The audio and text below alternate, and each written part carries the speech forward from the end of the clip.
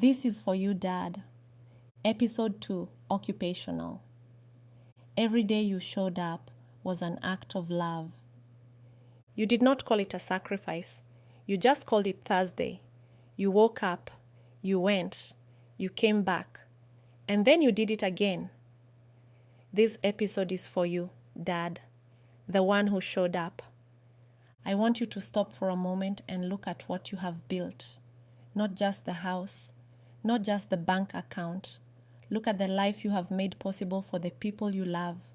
Every trip you took, every late night you worked, every difficult conversation with a boss you did not like, just so the bills would be paid and your family would be okay. That was love, every single time. The world does not give out trophies for that kind of faithfulness. There is no award ceremony for the dad who never missed a school fee. No standing ovation for the dad who rebuilt after everything fell apart. But I see you, and more importantly, your children see you. Even if they have not said it yet, they see you.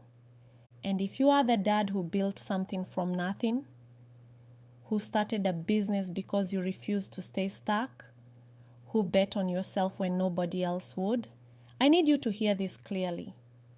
What you built is not just income. It is inheritance. It is a testimony your children will tell for generations.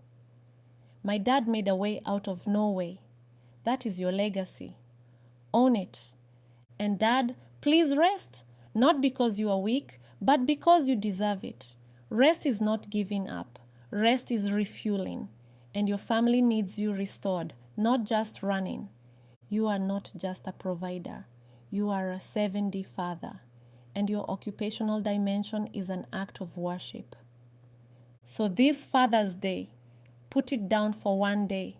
Let your family honor the man who showed up. Because you did. Every single time. Happy Father's Day. This one is for you.